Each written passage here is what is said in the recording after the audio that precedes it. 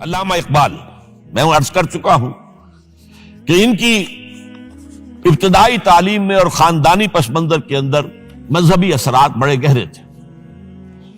بہرحال انہوں نے ایم اے کیا ہے غالباً 1897 میں، اور اس وقت کا کچھ اقبال جو ہے اس وقت سے لے کر 1905 تک کا اقبال، ایک طرف تو اس میں بھی نیشنلزم تھا، ہندی نیشنلزم، یہ نوٹ کر لیجئے۔ چنانچہ اسی دور کا اس کا ترانہ ہے، سارے جہاں سے اچھا ہندوستان ہمارا۔ آج بھی جو ہندوستان کا ریڈیو ہے اور ہندوستان میں حکومت کے زیر اہتمام اس ترانے کی جو ہے وہ بڑی سرپرستی ہوتی ہے، بہت اس کو جو ہے نشر کیا جاتا ہے، سارے جہاں سے اچھا ہندوستان ہمارا، ہم بلبلیں ہیں اس کی، وہ گلستاں ہمارا۔ بلکہ اس زمانے میں ایک ایسا شعر بھی انہوں نے کہا ہے جس کی کہ پھر شدید ترین نفی بعد میں ان کے اشعار سے ہوئی ہے۔ انہوں نے ایک نیا شوالہ کے نام سے جو نظم لکھی کہ سچ کہہ دوں اے برہمن گر تو برا نہ مانے، تیرے صنم قدوں کے بت ہو گئے پرانے۔ اسی میں ایک شعر ہے کہ پتھر کی مورتوں میں سمجھا ہے تو خدا ہے، خاک وطن کا مجھ کو ہر ذرہ دیوتا ہے، خاک وطن کا مجھ کو ہر ذرہ دیوتا ہے۔ اس درجے گہرا انڈین نیشنلزم اقبال کے اندر بھی موجود تھا۔ لیکن جب اقبال انگلستان گئے ہیں، یہ 28 برس کی عمر میں انگلستان گئے ہیں سن 1905 میں، اور 3 سال وہاں رہے انگلستان اور جرمنی، اور بیرسٹری بھی کی، اور چونکہ فلسفی تھے پی ایچ ڈی بھی کر کے آئے۔ اس عرصے میں معلوم ہوتا ہے کہ اقبال کی قلب ماہیت ہو گئی۔ یہ میرا ایک تجربہ ہے، بڑا پرانا ہے، میرا مشاہدہ تھا۔ 1970 میں پہلی مرتبہ میں انگلستان گیا تھا، میرے چھوٹے بھائی وہاں زیر تعلیم تھے، انہوں نے بلایا تھا۔ وہاں میں نے دیکھا کہ یونیورسٹیوں میں پڑھنے والے ایک ایک P H D, 2 P H D کرتے ہوئے لوگ بیٹھتے ہیں، جمعے کے روز قرآن پڑھتے ہیں، درس قرآن ہوتا ہے، اور وہ ایک دوسرے سے قرآن پڑھ کے سنتے بھی ہیں تاکہ جو تجوید کی غلطیاں ہوں ان کی تصحیح ہو سکے۔ اور میں نے سوچا کہ پاکستان میں اس سطح کے لوگ جو ہیں کبھی اس قسم کی مصروفیت میں مبتلا مجھے تو نظر نہیں آئے۔ تو اس کا مجھے ایک اصل میں تجزیہ میرا یہ تھا کہ جن لوگوں کی بنیادی تربیت میں اور خاندانی اثرات میں مذہب کا ایلیمنٹ موجود ہوتا ہے، چاہے وہ ہندوستان میں رہتے ہوئے وہ زیادہ ظاہر نہ ہو، نمایاں نہ ہو، اس کے آثار سامنے نہ آئے، لیکن جب وہ ایک مخالف ماحول میں پہنچتے ہیں، اس مخالف ماحول میں ان کے اندر کا وہ چنگاری ان کی جو ہے وہ شعلہ بن کر بھڑکتی ہے۔ چنانچہ یہ معاملہ میں نے پھر بعد میں امریکہ میں بھی دیکھا، ہر جگہ دیکھا ہے کہ وہاں 2 نتیجے ہوتے ہیں، یا تو یہ کہ ایک آدمی ڈاؤن دی ڈرین گیا تو وہاں کی تہذیب میں رگا گیا شراب اور یہ اور وہ اور رقص اور سب یہ ساری چیزیں آ گئی، اور یا پھر جو بچ گیا جس کے اندر دین کا کوئی حمیت کا شائبہ تھا وہ پھر بھڑکتا ہے، پھر وہ ایکٹیوسٹ ہوتے ہیں، وہ کام کرتے ہیں۔ لہذا یہ معاملہ جو ہے علامہ اقبال کے ساتھ پیش آیا، اور خود انہوں نے کہا بھی ہے مسلمان کو مسلمان کر دیا طوفان مغرب نے۔ وہاں سے جب یہ واپس آئے ہیں تو اب نوٹ کیجئے 1908 سے 1930 تک یہ جو 22 برس ہیں، علامہ اقبال نے کیا کیا نوٹ کیجئے، وہ آپ جانتے بھی ہیں، میں صرف گنوا رہا ہوں۔ اسلام کے نظام فکر اور فلسفہ اور حکمت کو بیان کیا، اپنی شاعری کے ذریعے سے بھی، اپنی نثر کے ذریعے سے بھی۔ قرآن کی ایک نہایت جدید اور بہت عمدہ تفسیر، اگرچہ تفسیر کے نام سے آپ کو کہیں تفسیر اقبال نہیں ملے گی، لیکن کلام اقبال خود تفسیر ہے، خود دعویٰ کرتا ہے کہ میرے پیغام میں سوائے قرآن کے اور کچھ نہیں ہے۔ گر دلم آئی نئے بے جوہر است، ورب حرفم غیر قرآن مزمرست، پردہ ناموس فکرم چاک کن، ای خیابہ راز خارم پاک کن۔ یہ مناجات بحضور سرور کائنات صلی اللہ علیہ وسلم، وہ کہتے ہیں کہ اے اللہ کے نبی، اللہ کے رسول، اگر میرے پیغام میں کہیں قرآن کے سوا کوئی شے شامل ہو گئی ہے میری شاعری میں تو آپ میرے فکر کا پردہ چاک کر دیجیے۔ روز محشر خار و رسوا کن مرا، اور قیامت کے دن مجھے ذلیل اور خار کیجیے گا، اور بے نصیب از بوسہ پاکن مرا، اور مجھے اپنی قدم بوسی سے محروم کر دیجیے گا. یہ بات کہہ رہا ہے، اس کا دعویٰ ہے، اس نے جو کچھ کہا قرآن سے کہا. اس کی شاعری جو ہے میرے نزدیک، اور میں نے تو اپنی جو سورسز گنوائی ہیں کہ میں نے جو قرآن مجید کا فکر یا سوچ جو بھی آپ اسے کہیں، جو تھوڑا بہت مجھے میسر ہوا ہے، ان میں نے 8 اشخاص کو نمایاں طور پر بیان کیا ہے. 4 یہ ہیں 2 کے جوڑے. 2 ابوین ہیں، ابو الکلام ابو العلا مودودی، ابو الکلام آزاد. 2 دکترین ہیں، ڈاکٹر اقبال، ڈاکٹر رفیع الدین. 2 شیخین ہیں، شیخ الہند مولانا محمود حسن، جن کا ترجمہ ہے قرآن مجید کا، اور اس پر حواشی ہے شیخ الاسلام شبیر احمد عثمانی کی. 2 ہی عین مولانا فراہی اور مولانا اصلاحی، جنہوں نے قرآن مجید کے مضامین کے اندر جو اندرونی نظم ہے اسے واضح کیا. علامہ اقبال میری ایک بہت بڑی سورس ہے، بلکہ سب سے زیادہ گہرا اثر مجھ پر جو ہے بچپن سے جو ہوا ہے وہ تو علامہ اقبال کا ہے. 5ویں جماعت کا طالب علم تھا جب ان کا یہ شعر میرے ذہن میں کہیں چپک کر رہ گیا ہے، جواب شکوہ کا: وہ زمانے میں معزز تھے مسلمان ہو کر، اور تم خار ہوئے تارک قرآن ہو کر.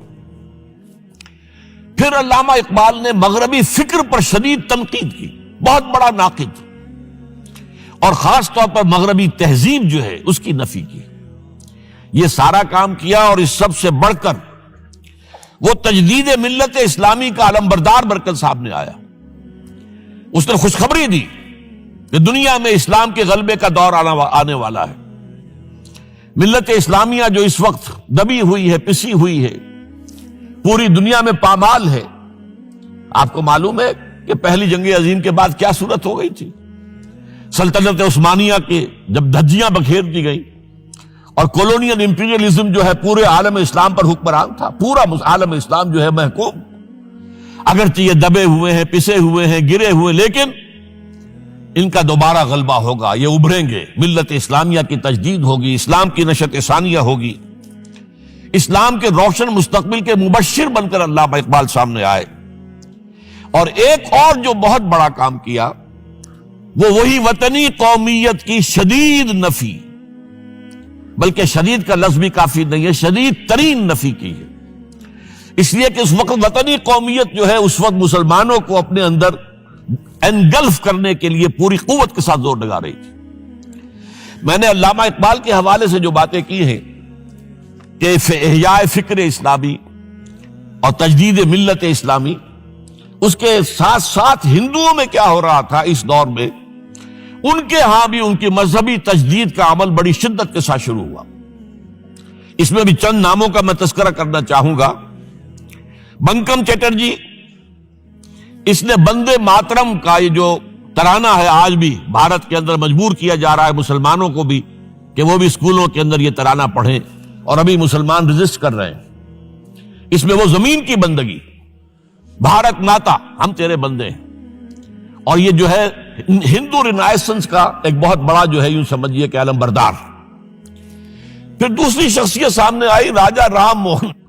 یہ شخص بہت بڑا فاضل، بڑا عالم، 10 کے قریب زبانیں جو ہے ان کا ماہر، جس میں یورپینز بھی اور ایسٹرن بھی.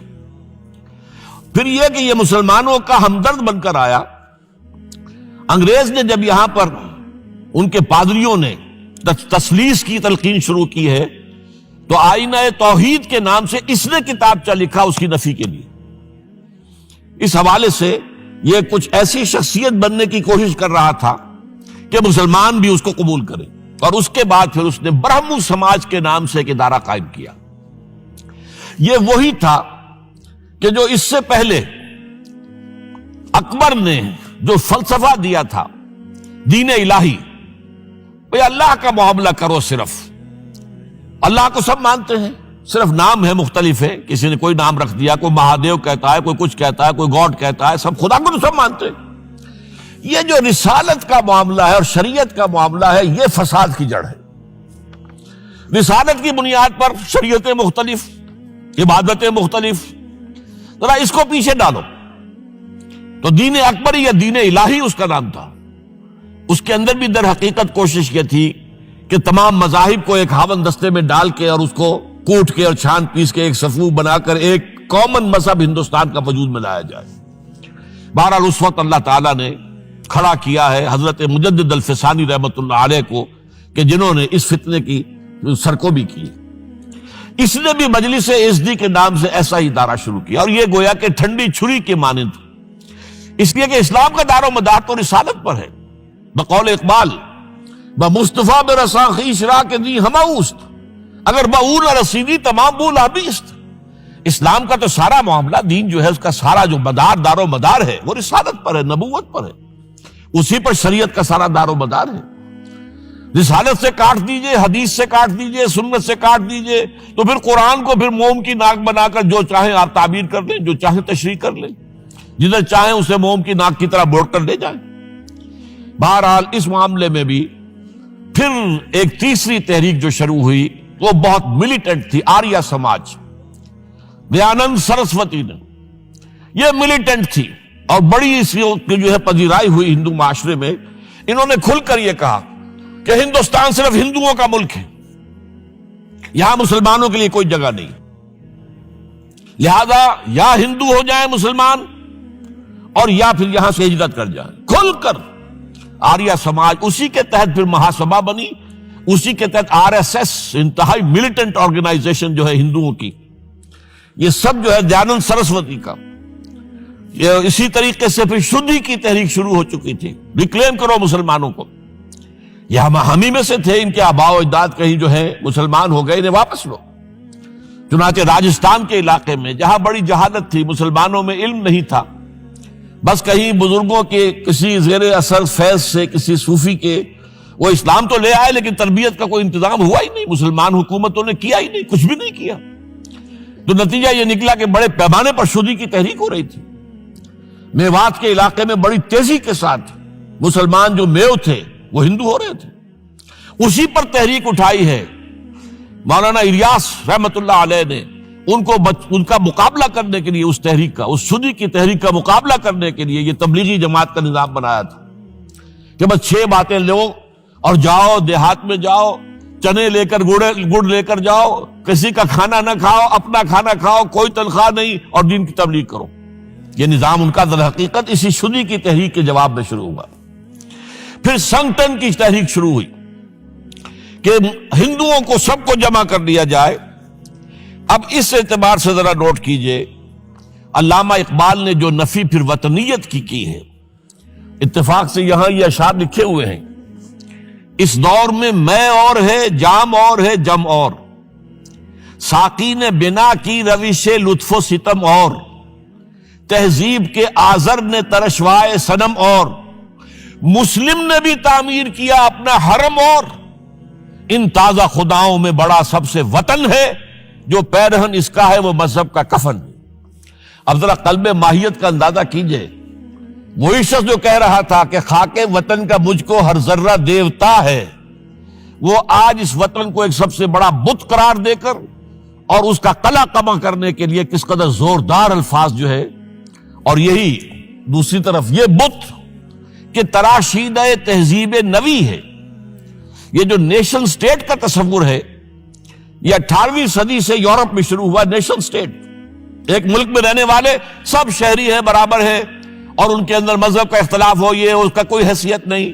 مذہب تو پرائیویٹ معاملہ ہے، ہاں جو سرکاری سطح پر ہوگا معاملہ، اجتماعی معاملات جو ہے وہ کسی مذہب سے طے نہیں ہوں گے. یہ نیشن سٹیٹ کا تصور. یہ بت کہ تراشیدہ تہذیب نوی ہے، غارت گرے کاشانہ دین نبوی ہے، بازو تیرا توحید کی قوت سے قوی ہے، اسلام تیرا دیس ہے تو مصطفی ہے، نہ زارہ دیری نہ زمانے کو دکھا دے، اے مصطفی خاک میں اس بت کو ملا دے.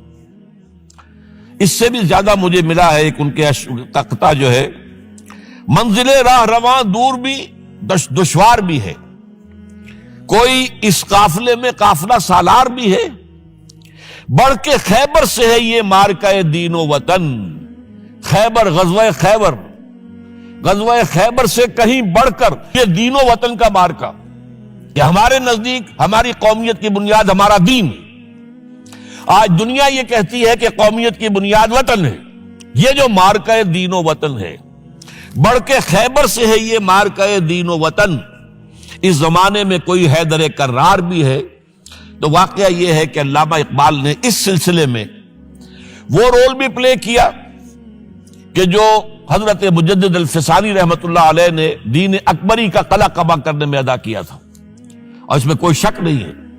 اس اعتبار سے میں کہا کرتا ہوں کہ حضرت مجدد الفسانی کے بروز کی حیثیت رکھتے ہیں علامہ اقبال، اور ان کو جو گہری نسبت تھی، حاضر ہوا میں شیخ مجدد کی لحد پر، وہ خاک کے ہے زیر فلک مطلع انوار، گردن نہ جھکی جس کی جہانگیر کے آگے، جس کے نفس گرم سے ہے گرمی احرار، وہ ہند میں سرمایہ ملت کا نگہباں، وہ ہند میں سرمایہ ملت کا نگہباں۔ ملت کا سرمایہ تو سارا کا سارا جو ہے ایمان بالرسالت سے۔ آپ حضرت مجدد الفسانی کے خطوط پڑھیے، سب سے زیادہ زور اطاعت رسول، اطاعت رسول، اطاعت رسول، اطاعت رسول، جس کی جڑ کاٹنے کی کوشش کی تھی دین الہی کے ذریعے سے اکبر نے، اس کو دوبارہ مستحکم کیا ہے وہ مجدد الفسانی رحمت اللہ علیہ نے۔ اب آئیے 1930 کا ماہ دسمبر، اس میں ایک بات ہم دیکھ چکے، محمد علی جناح ہندوستان کی سیاست سے مایوس ہو کر ملک چھوڑ کر انگلستان میں جا کر آباد ہو چکے، اور اس ضمن میں ایک واقعہ میں آپ کو سنا دوں۔ ایس ایم اکرام صاحب کا نام بہت سے حضرات کے علم میں ہوگا، ان کی 3 کتابیں جو ہیں بڑی مارکت الآراء ہیں، آب کوثر، موج کوثر، روض کوثر۔ ادارہ ثقافت اسلامیہ کے ڈائریکٹر رہے بہت عرصے تک، بہت پڑھے لکھے آدمی تھے۔ وہ آکسفورڈ میں پڑھتے تھے اس زمانے میں، وہ لندن گئے، انہوں نے محمد علی جناح صاحب سے ملاقات کی اور کہا کہ آپ کیوں چھوڑ کر آ گئے ہندوستان؟ ہندوستان کے مسلمانوں کو آپ کی رہنمائی کی ضرورت ہے۔ تو جواب جو تھا محمد علی جناح کا وہ نوٹ کرنے کے قابل ہے۔ ہندوز آر انکوریجیبل، یہ ہے جو نتیجہ نکالا تھا محمد علی جناح نے۔ یوں سمجھیے کہ 24 برس کی محنت شاقہ کہ کوئی اتحاد کا فارمولہ طے ہو جائے، کوئی بنیاد ہو جائے، کوئی ہمارے مابین متفق علیہ اسکیم بن جائے، لیکن جس درجے مایوس ہوا ہے شخص، ہندوز آر انکوریجیبل، یہ ناقابل اصلاح ہے۔ اور مسلمانوں کا حال یہ ہے کہ ان کا ایک لیڈر جو بات مجھ سے کرتا ہے صبح کو، وہ شام کو ڈپٹی کمشنر کو بتا دیتا ہے۔ تو اب میں ایسی قوم کی رہنمائی کیسے کروں؟ تو یہ میں نے آپ کو یہ واقعہ بھی سنا دیا کہ وہ مایوسی کا عالم کیا تھا۔ لیکن اب جو ہے 1930 میں، جبکہ مسلم انڈیا کا ایک سورج تو غروب ہو گیا تھا، مغرب میں جا کر بیٹھ گیا، مغرب میں سورج غروب ہوتا ہے، ایم اے جناح تو وہاں بیٹھ گئے۔ ایک سورج اب طلوع ہوا ہے مسلم لیگ کے پلیٹ فارم پر، یہ ہے علامہ اقبال۔ 1930 کا جو ان کا خطبہ ہے الہ آباد کا، وہ بہت اہم، بہت اہم، بہت اہم۔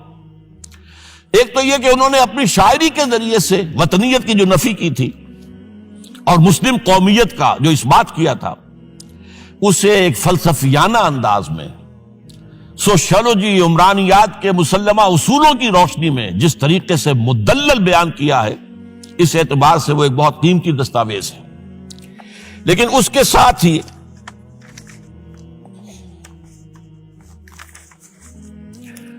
انہوں نے ایک تجویز پیش کی، وہ اور یوں بھی کہیے کہ ایک پیشن گوئی کی۔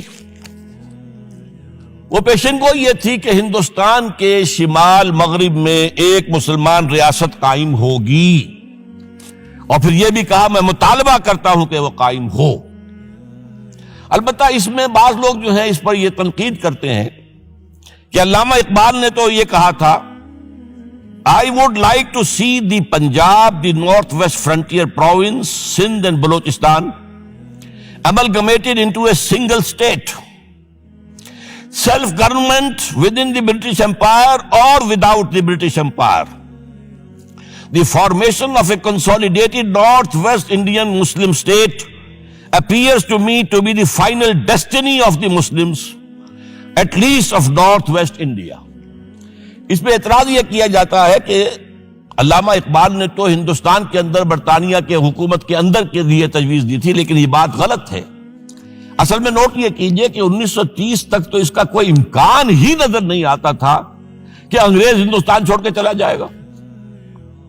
تو اس وقت کے لیے ان کی تجویز یہ تھی کہ ہندوستان میں ایک صوبہ بنا دیا جائے، یہ آج کا پاکستان، یا یوں سمجھیے کہ جو کچھ عرصے پہلے 1 یونٹ بنا تھا، برٹش انڈیا میں بھی یہ 1 یونٹ کی حیثیت سے ایک سٹیٹ بن جائے، تاکہ اس علاقے میں مسلمانوں کے اندر جو کچھ قومیتی کچھ تھوڑا تھوڑا فرق ہے، کلچر کا فرق ہے، کچھ ان طرح کی چیزیں، زبانوں کا فرق ہے، تو یہ جو ہے مل جل کر ان کے اندر ایک قوم کا تصور جو ہے باقاعدہ پیدا ہو جائے۔ اسی لیے وہ کہتے ہیں I demand the formation of a consolidated Muslim state in the best interest of India and Islam۔ اب اس میں وہ بات یہ کہتے ہیں کہ for Islam it will be an opportunity to rid itself of the stamp that Arabian imperialism was forced to give it, to mobilize its laws, its education, its culture, and to bring them into closer contact with its own original spirit and with the spirit of the modern time۔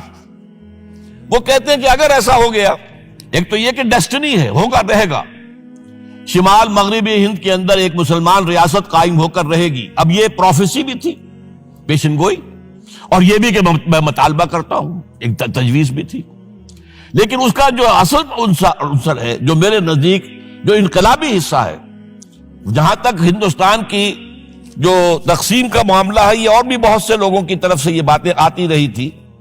میرے پاس یہاں پہ 14 نام لکھے ہوئے ہیں جنہوں نے ہندوستان کی تقسیم کا تذکرہ کیا، لیکن جس انداز میں، جس پلیٹ فارم پر آل انڈیا مسلم لیگ کا جو اینول سیشن ہے اور اس میں صدر کی حیثیت سے خطبہ دے رہا ہے ایک شخص، تو یہ حیثیت جو ہے یہ بہت نمایاں، اور اس میں جس انداز میں بات کہی گئی ہے اس میں جو ایک پازیٹیو عنصر ہے۔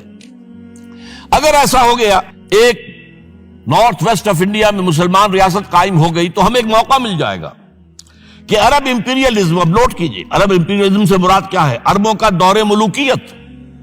اس سے پہلا کیا تھا؟ خلافت راشدہ، اصل اسلام۔ دور بنو امیہ تو اصل اسلام نہیں تھا، حکومتی سطح پر تو بالکل اسلام نہیں تھا۔ وہی دور ہے جس میں کہ سانحہ کربلا ہوا ہے، واقعہ ہرہ ہوا ہے، ظلم کی انتہا ہوئی ہے، سینکڑوں تابعین کو حجاج ابن یوسف نے شہید کیا ہے۔ اس کو حدیث کے اندر بھی کہا گیا ہے ملکن اعظم، کاٹ کھانے والی ملوکیت۔ اس کے بعد جو ہے دور آیا ہے بنو عباس کا، وہ محل بنے ہیں شاندار، جو ہے جو بھی بادشاہوں کے ہاں ہوتا تھا وہ سارا کا سارا معاملہ آیا ہے۔ تو اب دنیا اسلام کو ان کے آئینے میں دیکھتی ہے، وہ سمجھتی ہے یہ اسلام ہے، لہذا اس میں تو کوئی شے ایسی نہیں ہے جو اٹریکٹ کر سکے، جو کسی قوم کو اسلام کی طرف جو ہے وہ کھینچ سکے۔ تو یہ جو امپریشن ہے، جو کہ اس دور ملوک کی عرب امپیریلزم کا لفظ استعمال کیا ہے، اسلام کے چہرے پر جو بدنما داغ اور دھبے آ گئے ہیں، انہیں ہٹا کر وہ جو اس کی اوریجنل پیورٹی ہے، اور ظاہر بات ہے کہ دور ملوکیت سے پہلے خلافت راشدہ، تو گویا کہ اس میں اگرچہ نام خلافت راشدہ کا نہیں لیا گیا ہے، لیکن یہ ہے کہ بات مراد وہی ہے، لیکن اور اس میں بھی جو بڑی حکیمانہ بات ہے کہ ہم اس کو they bring them into closer contact with its old original spirit، جو اصل اسلام کی اصل روح ہے، and with the spirit of the modern times، اس زمانے کے جو تقاضے ہیں ان کے مطابق اجتہاد کے دروازے کو کھول کر، اور ہم ایک ایسا نظام جو ہے وہ یہاں پر قائم کریں۔ یہ ہے وہ چیز کہ جس نے تحریک مسلم لیگ کے اندر ایک مثبت جذبہ، یہ نوٹ کر لیجئے میرے الفاظ، 1906 سے لے کر 1930 تک تحریک مسلم لیگ صرف ایک منفی موٹیو پر چل رہی تھی، منفی، نیگیٹو، خوف، ہندو کا خوف، ہندو دبا لے گا، ہندو ایکسپلائٹ کرے گا، ہندو معاشی طور پر بھی، تہذیبی طور پر بھی، ثقافتی طور پر بھی، مذہبی طور پر بھی شدی کی تحریک چل رہی ہے، ہمیں راستہ دکھایا جا رہا ہے، ہندوستان چھوڑ دو اور بھاگ جاؤ، چلے جاؤ۔ یہ سارا خوف کا عنصر تھا، اور اس میں تحفظات تلاش کرنے، کوئی ایسی یقین دہانیاں کہ وہ مسلمانوں کے حالات بہتر ہو جائیں، اس کے علاوہ کوئی اور موٹیو نہیں تھا، یہ منفی موٹیو تھا۔ اور اس کی وجہ ساتھ ہی یہ ہے کہ مسلم لیگ اس وقت تک کوئی عوامی جماعت تھی ہی نہیں، بلکہ کچھ خواص، جو اونچے لوگ، نوابوں اور نواب زادوں اور ان ایسے لوگوں کی جو ہے یہ ایک جماعت تھی۔ لیکن 37 میں جو یہ انجیکشن لگا ہے یہ پازیٹیو ہے۔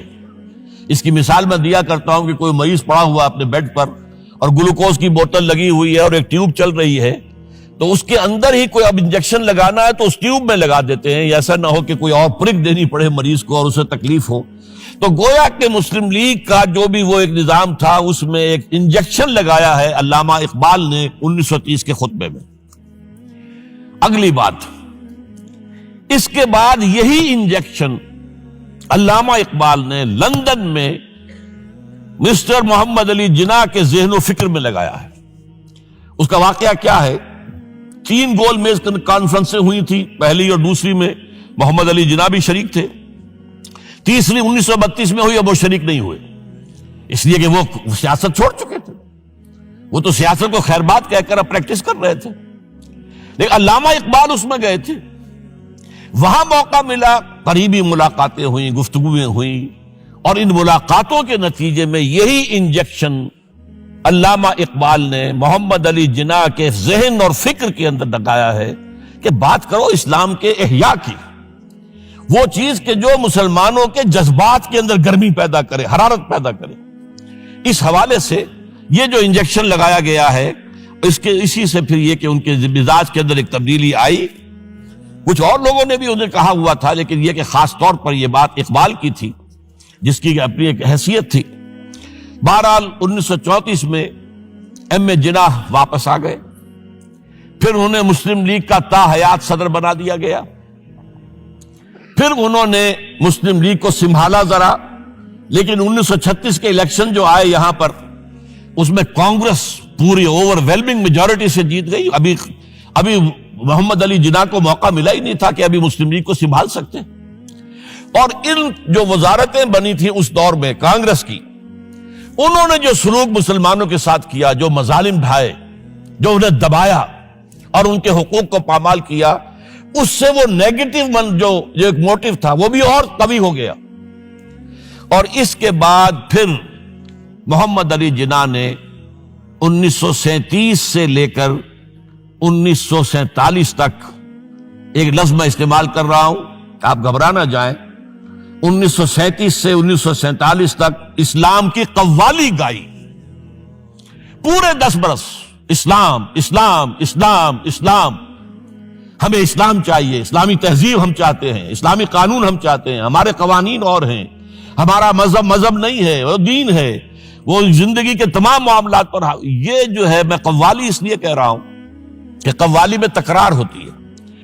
جس تکرار کے ساتھ یہ اب اس موقع پر آ کر محمد علی جناح قائد اعظم بن گئے.